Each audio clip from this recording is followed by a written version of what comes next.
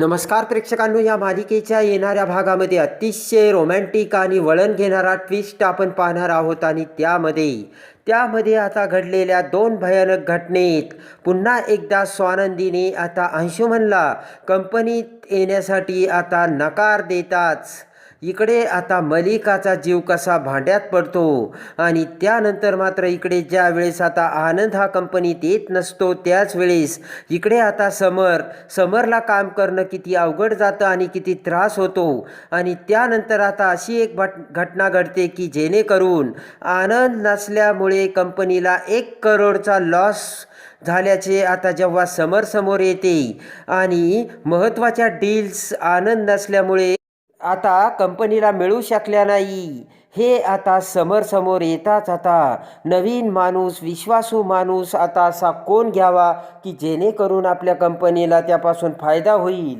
असा विचार आता समर करत असतो. आणि त्याच वेळेस आता मात्र समोरच्या समोर एक नाव येतं आणि ते म्हणजे स्वानंदी मॅडम. आणि जेव्हा आता स्वानंदीला मोठी ऑफर देऊन आता समर हा कंपनीची डायरेक्टर बनवतो आणि कंपनीची डायरेक्टर बनवताच आता स्वानंदीकडे कसे महत्त्वाचे डील्सचे खाते देऊन आता डिपार्टमेंटमध्ये आता स्वानंदी कंपनीत कशी आता डायरेक्टरच्या खुर्चीवर बसते. आणि अंशुमनला पुन्हा एकदा कंपनीत येण्यासाठी आता स्वानंदीने मलिकाचा डाव हाणून पाडत स्वानंदी आता डायरेक्टरच्या खुर्चीवर कशी बसते प्रेक्षकांनो. आणि त्यानंतर आता स्वानंदी अंशुमनला घरातील नोकर बनून पुन्हा समर आणि इकडे आनंदला कशी एकत्र आणते, हे सगळे या व्हिडिओमध्ये आपण बघूयात. चला तर व्हिडिओला सुरुवात करूयात. त्यामध्ये आता आनंदवर चोरीचा आरोप घालून आता मलिकाने समर आणि आनंदमध्ये दुरावा तयार केलेला असतो. आणि आनंद हा त्याने आत्तापर्यंत कंपनीमध्ये कितीतरी फसवणूक केल्या असतील, समर हे आपल्या अजूनही लक्षात आलं नव्हतं. पण या प्रकाराने आता लक्षात आलं तेव्हा तुला कंपनी जो माणूस आता जो ठेवायचा तो विश्वासाला पात्र असला पाहिजे समर. आणि त्याने एकदम प्रामाणिकपणे काम केलं पाहिजे, कारण महत्त्वाचं खातं आता त्या माणसाकडे आपल्याला द्यायला हवं. इकडे आता समर अवाक झालेला असतो, समरला काही कळत नसतं.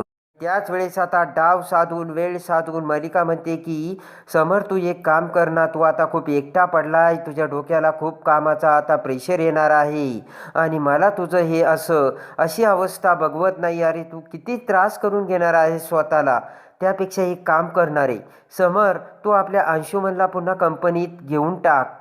आता ती ऐकताच स्वानंदी म्हणते, नाही, अजिबात नाही समर राजवाडे, असं करून चालणार नाही. जर असं केलं तर कंपनीतला आपला जो स्टाफ मेंबर आहे त्या स्टाफ मेंबरला असे वाटेल की भाऊ असल्यामुळे समर राजवाड्यांनी पक्षपात करून पुन्हा अंशुमनला कामावर घेतलं. आणि अजूनही अंशुमन बाबतीत लेडीज स्टाफमध्ये सेफ्टी अजून कॉम्प्रोमाइज करण्याची मी सुद्धा तयारी दाखवणार नाही.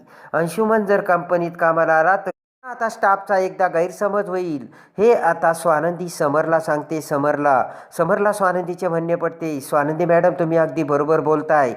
अगोदरच अंशुमनमुळे श्वेताला खूप त्रास झालाय आणि मी श्वेताला शब्द दिलाय, जर पुन्हा काही झालं तर मी तोंडावरती पडेन. त्यामुळे आताच मी अंशुमनला कंपनीत कामावरती घेऊ शकत नाही, हे आता समर डिक्लेअर करतो. मलिकाचा जळफळाट होतो. रागाने मलिका तळपायाची आग मस्तकात जात आता इकडे अंशुमनकडे येते. अंशुमनला सगळी हकीकत सांगत आता मलिका म्हणते की या स्वानंदीचं करावं काय.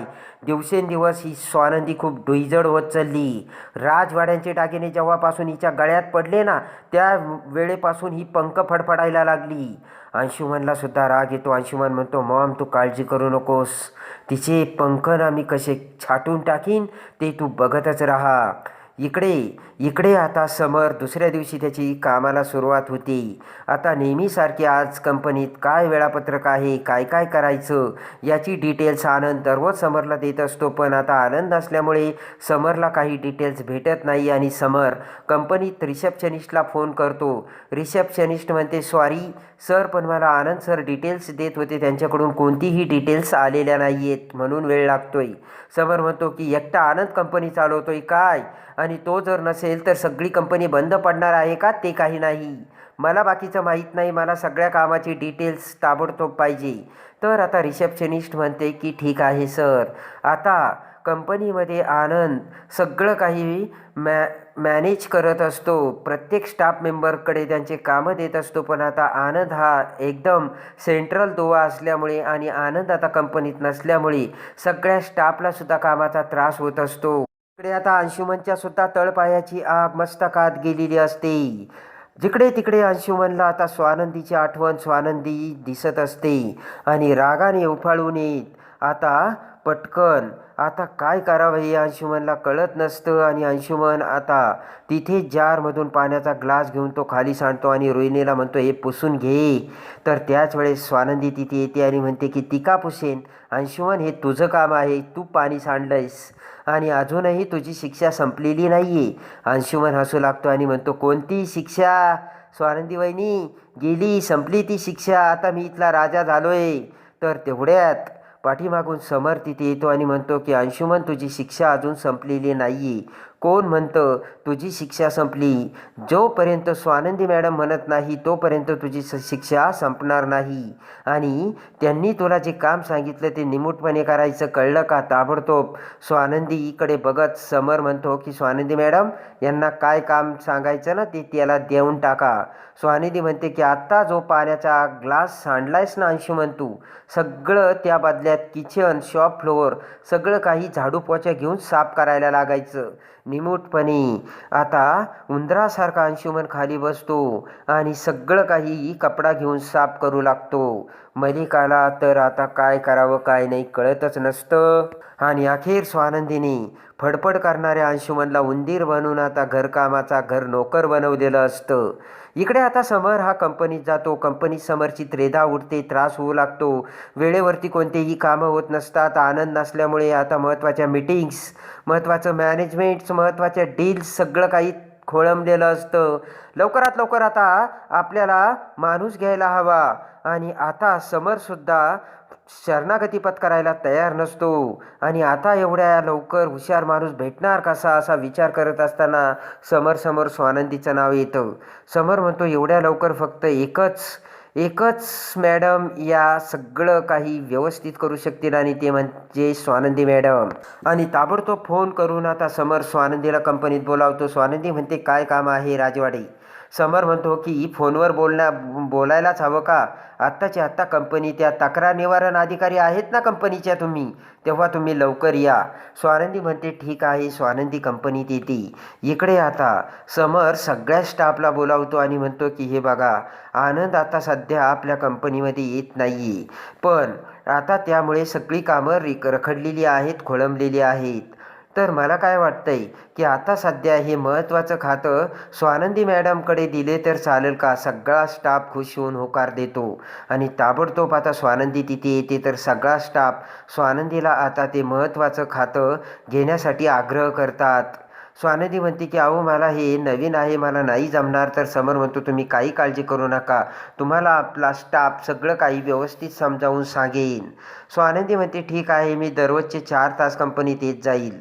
तर सगळेजण होकार देतात आणि स्वानंदीला आता महत्त्वाच्या खात्याची मॅनेजिंग डायरेक्टर बनवून समरने आता त्या खुर्चीवर बसवलेलं असतं.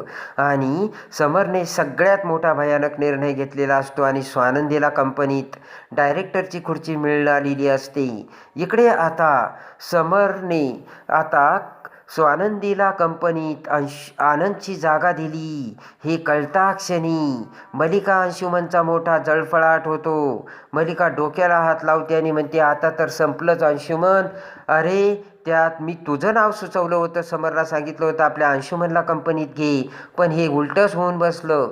स्वानंदीने तुला कंपनीत येण्यासाठी समरला भडकावलं आणि अंशुमन कंपनीत येणार नाही. जर तो कंपनीत आला तर अंशुमनपासून लेडीजला कसा धोका आहे आणि लेडीजची सेफ्टी कशी धोक्यात आहे हे त्या स्वानंदीने त्या समरच्या डोक्यात भरवलं आणि म्हणूनच स्वतः त्या खुर्चीवर जाऊन बसली. कळलं का आता स्वानंदीने एका दगडात 2 पक्षी मारलेत अंशुमन. आणि ही तर खूपच हुशार निघाली असे आता मलिका अंशुमनला बोलते. अंशुमन तर आता डोक्यालाच हात लावतो. अंशुमन म्हणतो की काय मॉम, मला हिने घरवाला नोकर बनवलं, स्वतः तिकडे खुर्चीवर जाऊन बसली, आनंदची जागा बळकवली. कोणत्या डोक्याची ही स्वानंदी इथून आपल्या समोर आली काय माहिती. मलिका म्हणते की लवकरात लवकर या स्वानंदीचं काहीतरी करावंच लागेल.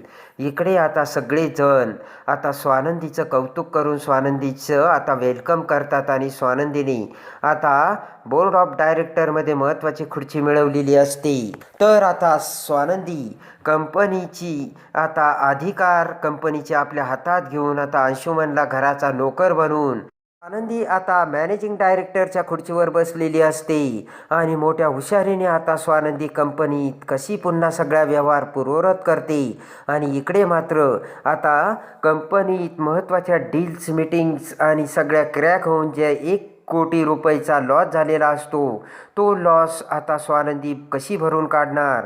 आणि त्यानंतर आता इकडे कंपनीत पुन्हा आनंदला कामावर घेण्यासाठी स्वानंदी ही समरला कशी तयार करणार. मोठ्या हुशारीने समरला आता आनंदचा प्रामाणिकपणा, आनंदची मैत्री ही कशी समोर आणणार.